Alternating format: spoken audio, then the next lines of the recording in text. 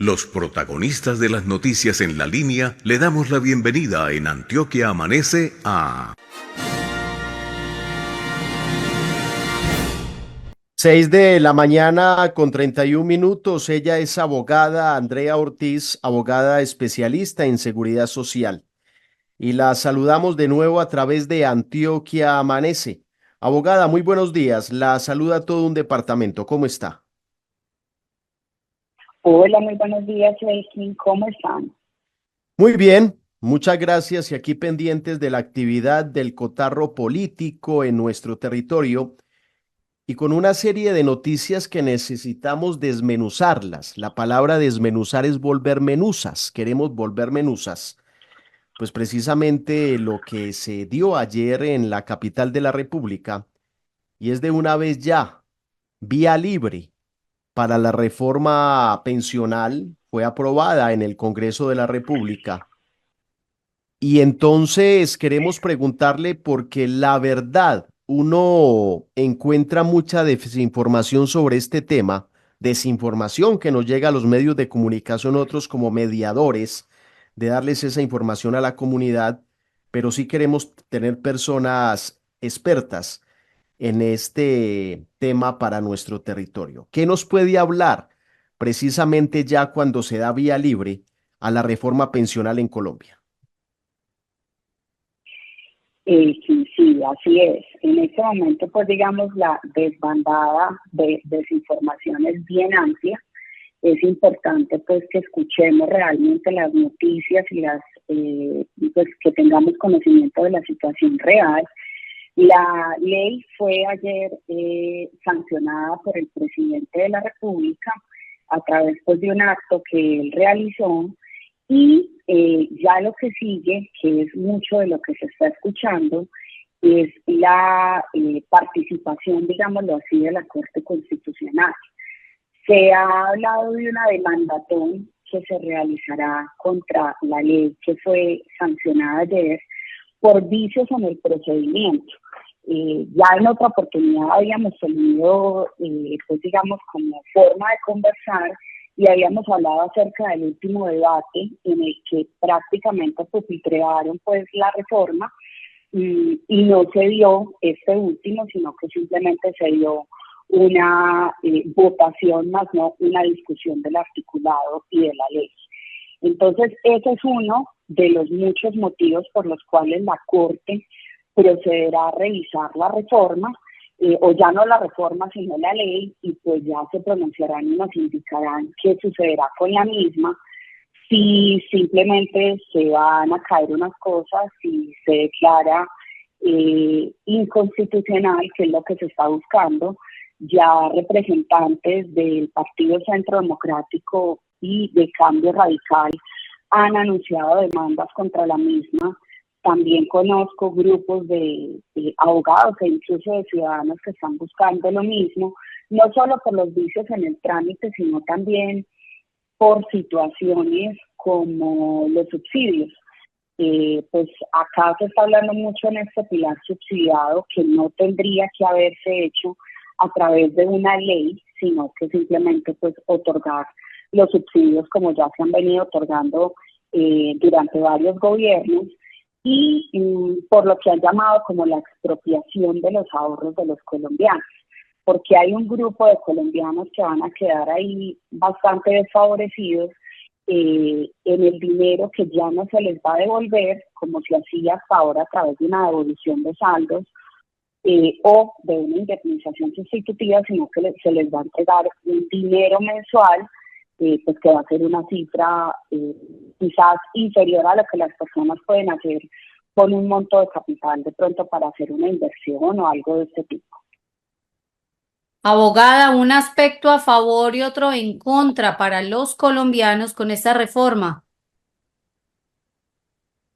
Aspecto a favor, bueno, indudablemente para mí el tema de protección que se da a la mujer, porque se habla que vamos a tener una disminución en las semanas cotizadas. Y hay que ser conscientes que a las mujeres en este momento, con la ley vigente que tenemos, se nos exige el mismo número de semanas cotizadas que a los hombres. con 5 años menos de edad. Entonces, yo en el ejercicio observo todos los días pues que las mujeres regularmente les toca cotizar 2, 3 años más teniendo en cuenta que muchas se retiran al momento de la maternidad y que esto pues les implica más tiempo. Entonces, ese para mí es un punto positivo. Un punto negativo para todos, indudablemente, el tema tributario que se le aplicó a las pensiones. En este momento van a estar grabadas las pensiones de más de 3.6 millones de pesos. El estar grabadas no implica que se tenga que pagar un impuesto sobre ellas, pero sí esto va a entrar a formar parte, digamos, del tema de declaración de renta de muchos de los colombianos, e incluso es una de las razones que se habló se escuchó en algún momento cuando todavía era el ministro del Interior, el doctor Velasco, que van a presentar una reforma de la reforma. Este es uno de los puntos que van a tocar. Sí, abogada, quiero preguntarle, y es cuando se menciona que esto va a revisión de la Corte Constitucional, ¿qué probabilidad hay de que pues la misma reforma continúe tal y como está o que hayan varios cambios dentro de la misma reforma, teniendo en cuenta pues que ya se sancionó, pero que no empieza a aplicar inmediatamente? En efecto, la fecha de entrada en vigencia de esta ley es 1 de julio del año 2025. ¿Qué posibilidades hay de que la reforma o la ley en este caso quede como pasó? Pues yo diría que son muy pocas. Con absoluta seguridad, la Corte va a tener que intervenir en varios de los puntos. El tema de haberse aprobado por esta votación en último debate, con lo que han llamado como la pupitreada, pues a mi juicio vició el trámite, y no solo eso, sino que también impidió el principio de publicidad, porque en este caso no se les compartió el texto de la reforma que supuestamente estaban votando en un voto único. Entonces, muchos de los senadores en este caso lo han dicho, lo han manifestado, se tenía el tiempo para debatirla, se tenía el tiempo para discutirla, pero la sacaron pues muy a la carrera, y creo yo esto va a viciar la reforma. Adicional a esto, ya ha habido pronunciamientos de ex magistrados de la Corte Constitucional en los que han indicado pues esto mismo que yo les vengo diciendo. Y bueno, tendremos que esperar la juiciosa revisión por parte de la Corte para ver qué sucede. ¿Este proceso tiene algún tiempo para decir que después de lo que ocurrió en el Congreso de la República, con lo que pasó ayer en la capital de nuestro país y don Gustavo Petro, en torno a la reforma pensional, va a haber un tiempo que usted diga, vea, más o menos en este tiempo se da de una vez ya el hecho de que comience a darse, a verbalizarse la reforma pensional en nuestro territorio? Bueno, en este caso, esta revisión de la Corte, creería yo que la Corte se tiene que estar manifestando a finales de este año, más tardar primer trimestre del año 2025, teniendo en cuenta que ya va a empezar lo que han llamado como la demandación, pues ya a partir de hoy van a ser muchas las demandas que se van a presentar, y ya sabremos finalmente qué pasa con el texto. De momento, la fecha de entrada en vigencia que tenemos es 1 de julio del año 2025, pero estamos a la espera de qué va a pasar con la Corte con estos tiempos. Ellos incluso también lo han mencionado, saben que tienen esto como prioridad y pues que van a tener que darle una revisión prácticamente inmediata, pues dada la naturaleza del asunto. Sí.